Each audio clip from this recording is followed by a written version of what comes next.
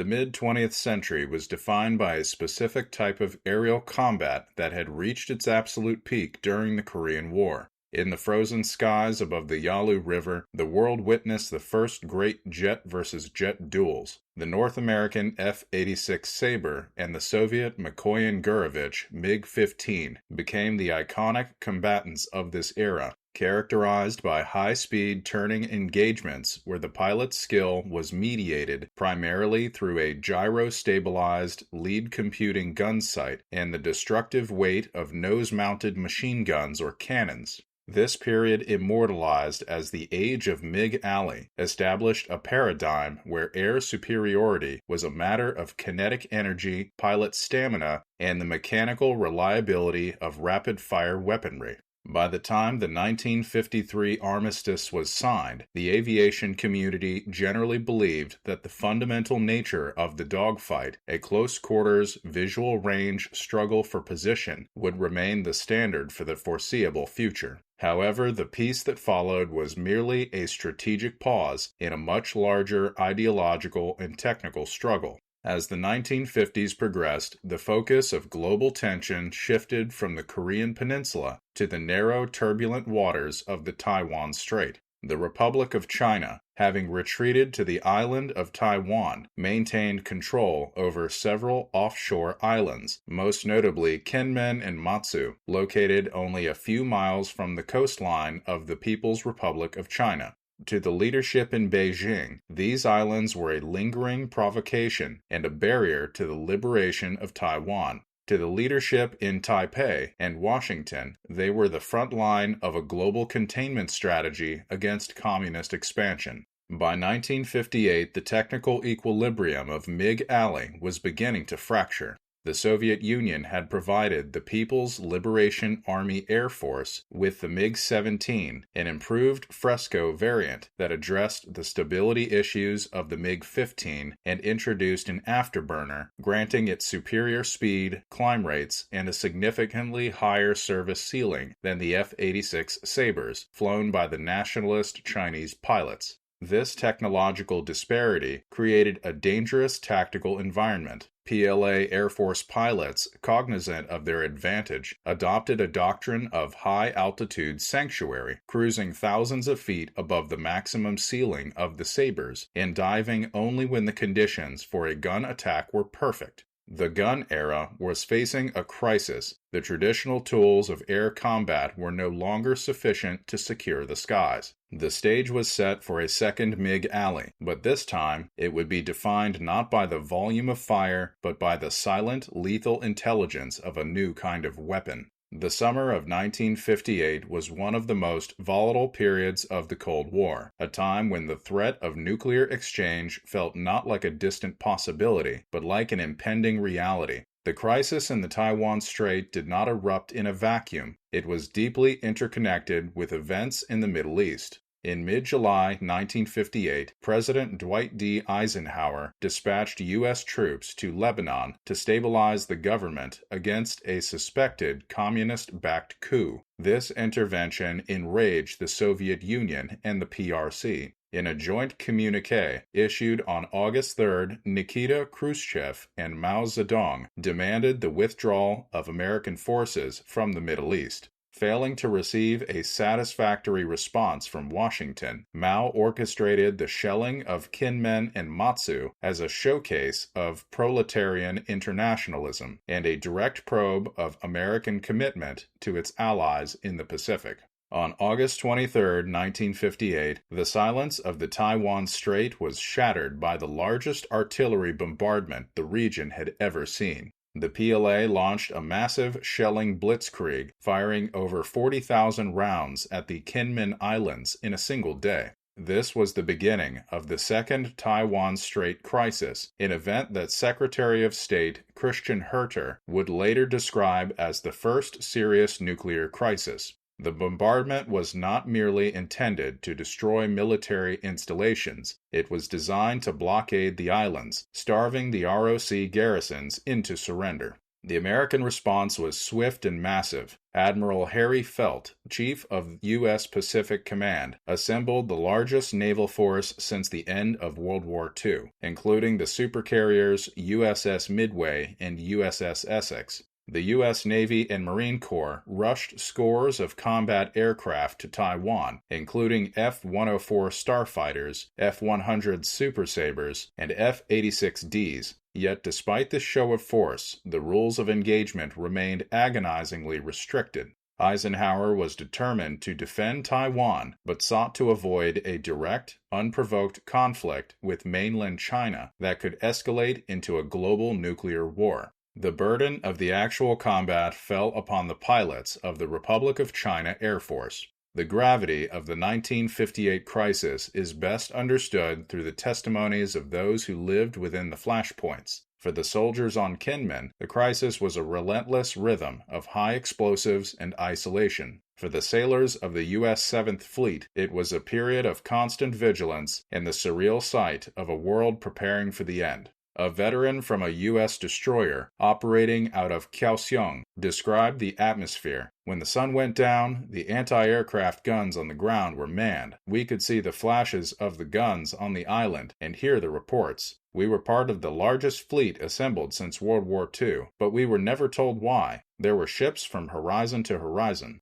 Archival records show reminiscing from high-ranking officers such as Admiral Herbert Riley, Chief of Staff to U.S. Pacific Command, and Admiral Roland Smoot highlight the logistical nightmare of the blockade. The PRC used a combination of heavy artillery and PT boat actions to prevent supply vessels from reaching the islands. The ROC Navy, despite heroic efforts, struggled to maintain the lifeline. It was during this period of extreme pressure that the nationalist government began to urgently seek modern equipment, specifically requesting the delivery of a new highly classified American weapon, the Sidewinder missile. The request was more than a plea for more firepower. It was a plea for a technological equalizer. The ROC Air Force pilots were being systematically outperformed by the MiG-17s. The communist jets would circle above them at 50,000 feet, effectively untouchable by the Sabre's machine guns, and dive only to strike from the rear before zooming back into their high-altitude sanctuary.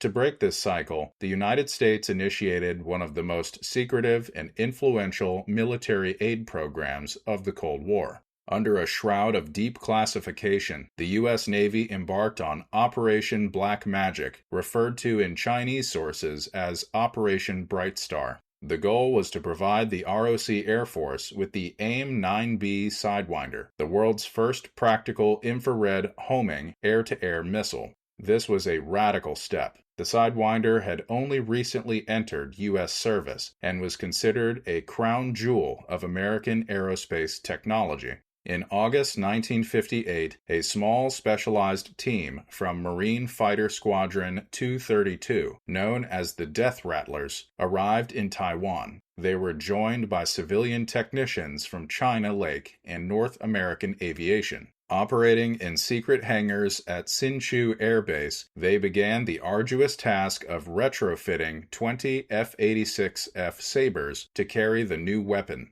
The modification was not merely a matter of bolting on a rack. It required complex electrical integration. The F-86's electrical system had to be modified to provide power to the missile's seeker head and, crucially, to transmit the seeker's growl to the pilot's headset. The Sidewinder itself, officially the AAM-N7 Sidewinder IA, later the AIM-9B, was a marvel of simple sophistication. Unlike other missiles that required heavy, complex radar systems, the Sidewinder was a fire-and-forget weapon. Its core was a sensitive infrared seeker that tracked the heat signature of an enemy's engine. A U.S. Navy test pilot famously described the seeker as a man-made eyeball that would track a lit cigarette across a room. For the ROC Air Force pilots, the transition from the gun era to the missile era required a fundamental shift in combat psychology. They were no longer just marksmen, they were now technicians of a guided weapon system.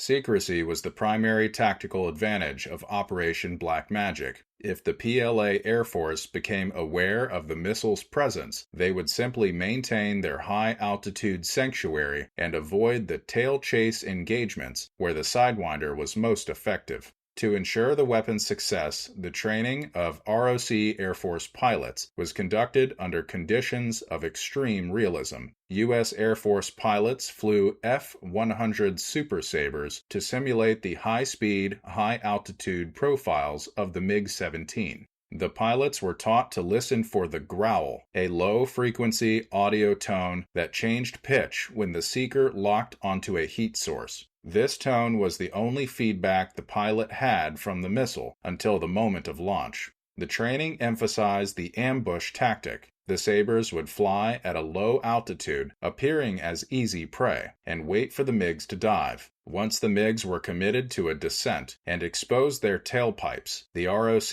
Air Force pilots would maneuver for a lock and unleash the black magic. By mid-September, the first 2 batches of pilots were combat-ready, and the 11th Fighter Group was designated as the vanguard for the missile's debut. The morning of September 24, 1958, began with a strategic deception. The ROC Air Force launched a group of 9 RF-84F Thunderflash reconnaissance aircraft to surveil the mainland coast near Wenzhou Bay. This was the bait. Providing escort were 48 F-86 Sabres from the 11th Fighter Group, including the 20 modified missile carriers. The mission was commanded by Lieutenant Colonel Li Shuyuan, who would soon become one of the most significant figures in the history of aerial warfare. As the formation approached the coast of Zhejiang Province, the PLA Air Force responded with overwhelming force, scrambling over 100 MiG-15s and MiG-17s to intercept the intruders. The MiGs, following their standard doctrine, climbed to high altitude, looking down on the Sabres and preparing for a coordinated diving attack. They believed they were immune to attack, as they were cruising thousands of feet above the Sabres' effective gun ceiling. The engagement began at approximately 10:30 a.m. Li Shuyuan ordered his decoy squadron to bank right, a maneuver designed to draw the MiGs into a descent. As the PRC fighters dove to engage, the missile-equipped Sabres maneuvered into the MiGs' 6 o'clock position. Li Shuyuan was the first to hear the characteristic audio growl in his headset. He leveled his wings, centered the MiG-17 in his sight, and waited for the tone to reach its peak intensity. With a squeeze of the trigger, the first air-to-air missile ever used in combat roared off its rail. The result was a terrifying shock to the PLA pilots. They saw their comrades' aircraft suddenly disintegrate in mid-air from an attack launched far outside the known range of the Sabres' guns. In the frantic, swirling dogfight that followed, the ROC Air Force pilots fired a total of 6 Sidewinders, scoring 4 confirmed kills. The psychological impact was as devastating as the physical damage. The PLA Air Force formation, paralyzed by the unknown nature of the weapon, broke and retreated toward the mainland in a state of panic. Lieutenant Colonel Li Shuyuan's victory on September 24th was more than just a personal achievement. It was a technological validation that echoed through every defense ministry in the world. By the end of the day, the ROC Air Force had shot down a total of 10 MiGs with no losses of their own. This kill ratio was a stark contrast to the earlier battles of the crisis, where the MiG-17s had often held the upper hand. The gun era had effectively ended over Wenzhou Bay. The significance of this event cannot be overstated. It was the first time a guided missile had shot down an aircraft in war, providing that the future of air combat would be defined by electronics and sensors as much as by aerodynamics and engine power. The success of the Sidewinder prompted the United States to supply the missile to Taiwan in large numbers starting in 1959, allowing the ROC Air Force to maintain a significant technological edge over the PRC for decades to come. However, the day's events also contained a profound irony. In the chaos of the dogfights, several Sidewinders were fired that did not detonate. Most fell into the sea, but one missile hit a PLA Airforce MiG-17 and lodged itself inside the fuselage without exploding. The Chinese pilot, feeling the impact but realizing his plane was still flying, managed to land his crippled jet back at his home base. Chinese engineers were stunned to find a largely intact missile protruding from the airframe. The discovery of the unexploded Sidewinder was a lucky windfall that would change the course of the Cold War arms race. The Chinese promptly rushed the captured missile to the Soviet Union. To the Soviet engineers at the Wimpel Design Bureau, who had been struggling to develop a reliable infrared-guided missile, the Sidewinder was a revelation. Gennady Sokolovsky, who would later become the chief engineer at Wimpel, famously remarked that the Sidewinder was a university offering a course in missile construction technology. The Soviets were astounded by the elegance of the Sidewinder's design. They found that it was built with a simplicity and modularity that was decades ahead of their own efforts. They were particularly impressed by the miniaturization of the electronics and the sophistication of the gyroscopes. The Soviet response was a masterpiece of industrial reverse engineering. They duplicated the Sidewinder so precisely that some Western observers claim they even copied the part numbers. The result was the Wimpel K-13. The K-13 entered service in 1960, only 2 years after the Wenzhou Bay battle, and became one of the most widely used and exported missiles in history. The very weapon that had been designed to give the West an edge was now being produced by its primary adversary, fueling a technological leapfrog that defined the next 40 years of aerial warfare. The success of the Sidewinder had profound strategic implications that reached far beyond the tactical victory over Wenzhou Bay. The 1958 crisis was a high-stakes game of nuclear brinksmanship. Internal documents from the Eisenhower administration show that the United States was prepared to use nuclear weapons to defend the offshore islands if a full-scale invasion were launched. Plans were even developed to target Chinese air bases with nuclear-armed B-47s. The introduction of the Sidewinder provided a conventional alternative to nuclear escalation. By proving that the ROC Air Force could defend its airspace and resupply the islands through technological superiority, the black magic of the missile created a kinetic stalemate that forced Beijing to reconsider its strategy. The PRC soon realized that their numerical superiority in aircraft was negated by the lethality of the new American weapon. Faced with a tactical impasse and the dwindling supply of artillery shells, the PRC announced a ceasefire on even-numbered days in October, effectively ending the active phase of the blockade.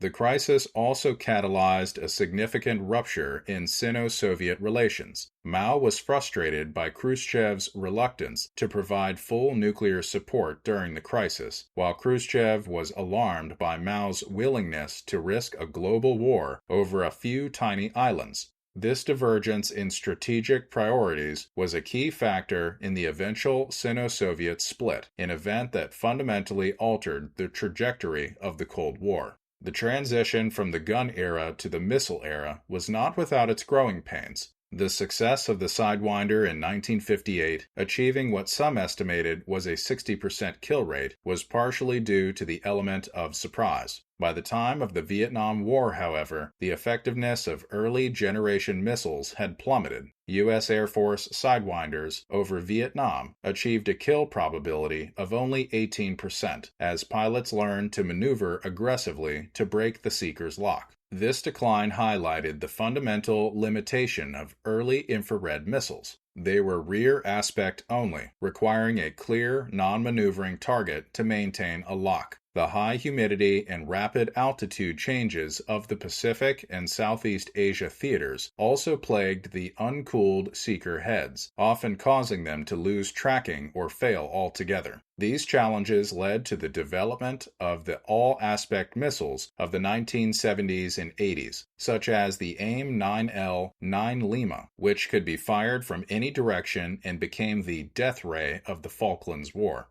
Yet the DNA of the modern air war can still be traced directly back to the secret hangars of Hsinchu in 1958. The principles established during Operation Black Magic, the integration of sensors, the fire and forget doctrine, and the focus on technological surprise remain the cornerstones of modern air superiority.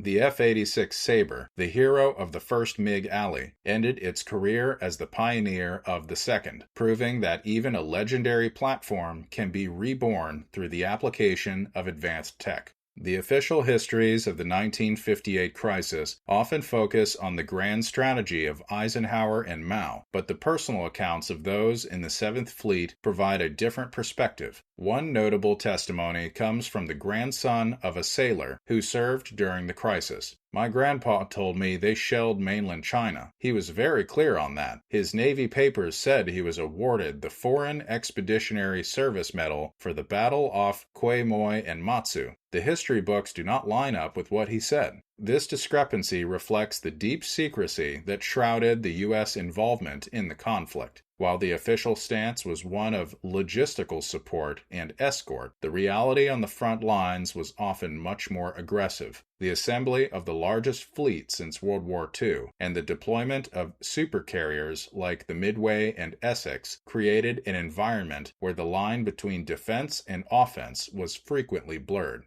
For the men on those ships, the crisis was not a probe or a demonstration. It was a battle off Quemoy that carried the constant threat of total war. The air battles of the Taiwan Strait crisis serve as the definitive conclusion to the gun era of aerial warfare. While the Korean War had shown the potential of the jet engine, the 1958 crisis showed the power of the guided missile. The second MiG alley was the crucible, where the classical dogfight was transformed into the modern missile engagement. The legacy of Operation Black Magic is a testament to the power of technological surprise. By fielding a weapon that the enemy did not even know existed, the ROC Airforce and the United States were able to achieve a tactical victory that prevented a strategic catastrophe. The death growl of the Sidewinder over Wenzhou Bay signaled the end of a 1,000-year tradition of lead and fire and the beginning of a new age where pilots' vision was extended by the infrared eye of a guided weapon. As we look at modern air combat today, defined by stealth, long-range sensors, and networked warfare, we see the matured version of the revolution that began in '58. The Sidewinder remains in service in a vastly improved form, a lasting legacy of the small team of Marines and engineers who changed the sky forever. The era of the dogfight didn't just fade away, it was rendered obsolete. In the modern sky, air superiority isn't won by the fastest pilot or the biggest gun. It's won by the one who strikes before the enemy even knows they're being hunted.